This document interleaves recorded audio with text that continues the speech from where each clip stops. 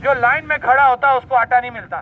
آٹا میرے جیسے یا کوئی اور تعلق رکھنے والے یا کوئی اور بڑے حکمران وہ آتے ہیں, وہ 40 بیگوں میں سے 30 وہ لے جاتے ہیں, پیچھے رہ جاتے ہیں 10 بیگ, اور لینے والے ہوتے ہیں 200 غریب. تو آپ مجھے بتائیں, اگر ان 200 غریبوں میں, میں 100% کی بات نہیں کرتا, اگر ان 200 غریبوں میں سے 100-150 بندے کو ہی وہ پیسہ باعزت طریقے سے ہر مہینے اس کے اکاؤنٹ میں آ جائے, وہ بہتر نہیں ہے؟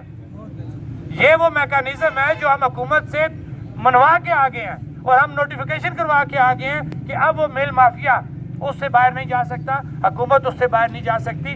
چند دنوں کی محنت اور ہے, آپ کی محنت رائے گاہ نہیں گئی. انشاءاللہ آنے والے دنوں میں وہ جو 8 سے 10 ارب روپیہ جو چند مل آنر کھا جاتے تھے, وہ 8 سے 10 ارب روپیہ آزاد کشمیر کی عوام میں تقسیم ہوگا. وہ پیسہ آپ کے نام پہ آتا ہے, وہ پیسہ آپ کو ملنا چاہیے. آپ بتائیں, جب ایک میکانزم بن جائے گا پھر تو اس غریب کو دھکا کسی نے نہیں دینا نا, اس غریب کو کسی لائن میں تو نہیں کھڑا ہونا, اس کا اکاؤنٹ, اس کے اکاؤنٹ میں پیسے آ جائیں گے. کیونکہ میری بات کافی لمبی ہو گئی ہے, اس سے پہلے بھی میں نے بریفنگ دی ہے, تو بیسک ہمارے 2 پوائنٹ تھے. آپ طلباء کے والے سے جو بات کرنی ہے وہ بتا دیں گے. کہا جاتا نا جی کہ ہم کیا لے کے آئے, تو میں طلباء اپنا پوائنٹ خود کلیئر کریں گے. ووڈ انڈسٹری کا ہمارا معاملہ تھا, لکڑی کا, وہ ہم کلیئر کر کے آئے ہیں. ہم ایک اور بات بتانا چاہتے ہیں کہ ہم نے سبز درخت کی کٹائی پہ کوئی ہم نے حامی نہیں بھری. سبز درخت جو ہے وہ کھڑا رہے گا, اس کو کوئی نہیں کاٹے گا. ہاں, جو لکڑی منڈیوں میں پڑی ہوئی ہے, جنگلوں میں پڑی ہوئی ہے, ہماری ووڈ انڈسٹری سے متعلقہ تمام لوگ اس وقت بے روزگار ہو چکے تھے. ہمارا موقف یہ تھا کہ اس لکڑی کو گیلی یا سلیپر کی شکل میں کسی بارڈر سے باہر نہ جانے دیا جائے, کیونکہ وہ سمگلنگ ہو رہی ہے.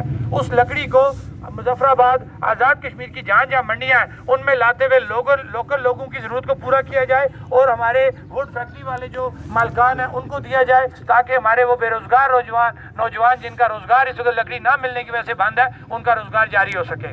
اسی طرح ہمارا ٹیکسز کا جو ایشو تھا, ہمارے پراپرٹی ٹیکس کے اوپر 40 سے 45% سے ٹیکس لگ رہا ہے. ہم حکومت سے یہ لکھوا کے لے آئے ہیں کہ وہ چند دنوں کے اندر اسمبلی اجلاس بلا کے اس کو ریوائز کریں گے, اس ٹیکس کو کم کریں گے. آپ بتائیں اس کا کون سا طریقہ کار اور ہوتا ہے؟ کیا ہم ایک عام صفحے پہ لکھوا کے لے آتے؟ ہم تو حکومتی نوٹیفیکیشن لے کے آئے ہیں, جس کو کل ہم کورٹ میں لے جا سکتے ہیں, جس کو ہم آنے والی حکومت سے بات کر سکتے ہیں.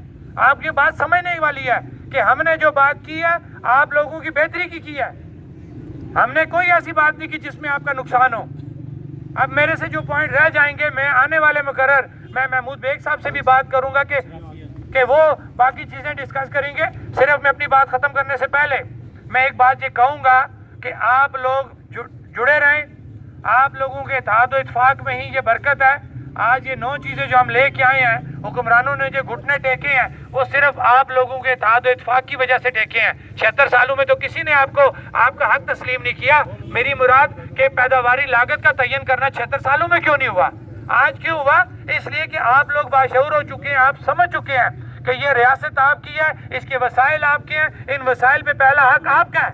اور ایک اور بات یاد رکھیں, 76 سالوں کی لوٹ کسوٹ چند دنوں میں پوری نہیں ہو سکتی. اس کے لیے آپ کو کھڑا رہنا پڑے گا, اپنے حق کے لیے ڈٹے رہنا پڑے گا. یہ نہیں ہو سکتا کہ ہم ایک دن لڑائی مار کٹائی کریں اور آپ کو آپ کے 76 سالہ جو حقوق غصب کیے ہیں وہ آپ کے ہاتھ پہ رکھ دیے جائیں. یہ نہیں ہو سکتا.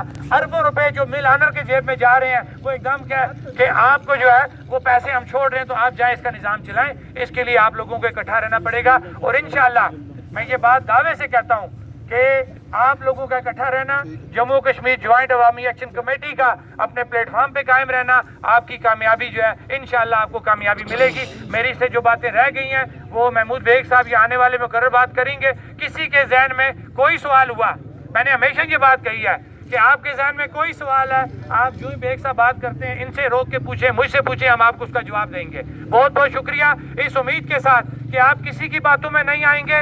ہم نے بالکل ٹھیک کام کیا ہے, آپ کے حق کی بات کی ہے اور ہم آپ کا حق لے کے چھوڑیں گے. یہ دھرنا اس کی نشانی ہے.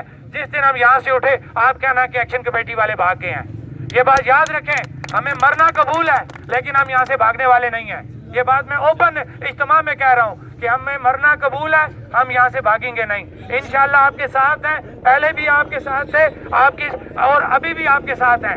اور آپ سے ایک بات اور کروں گا کہ ہمارا جو فیصلہ ہوا ہوا حکومت کے ساتھ کہ جس وقت تک ہمارا پروڈکشن کاسٹ کا تعین نہیں ہوتا, بجلی بلوں کا بائیکاٹ جاری رہے گا.